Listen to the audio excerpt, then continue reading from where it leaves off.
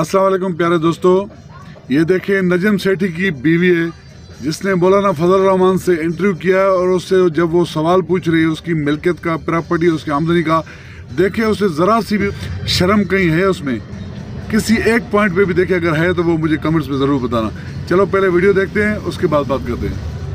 मुझे मौलाना मुफ्ती महमूद की एक बात याद आई कि जब वो इस्लामाबाद आया करते थे तो वो पिंडी सदर की एक मस्जिद में मुकीम हुआ करते थे। सुना है कि आप बहुत अब मालदार हैं, आपकी औलाद भी माशाल्लाह अमीर है, कबीर है।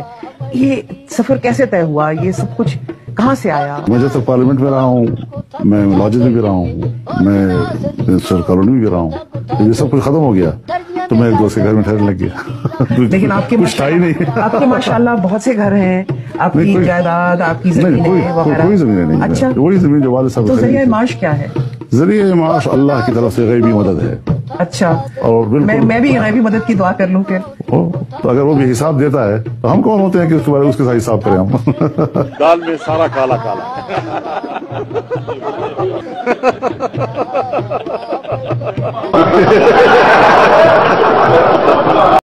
देख लीजिए, जब उसने पूछा आपकी ज़राए आमदन क्या है, घर कैसे चलाते हैं, कहता है अल्लाह की गैबी मदद है। ये देखें, अल्लाह की गैबी मदद ज़रूर है, लेकिन इस बेशरम को देखें थोड़ी सी भी शर्म नहीं। कहता है मेरी कोई मिल्कियत नहीं, मेरी जायदाद नहीं।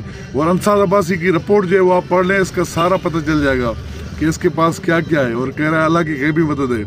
देख लें, अगर अल्लाह की गैबी मदद नवाज शरीफ से पूछेंगे वो भी उससे कहेंगे एवन फील्ड कहाँ से लाया, कहता है अल्लाह की गैबी मदद है। जिस करप्ट बंदे से पूछेंगे आसान जवाब है अल्लाह की गैबी मदद है।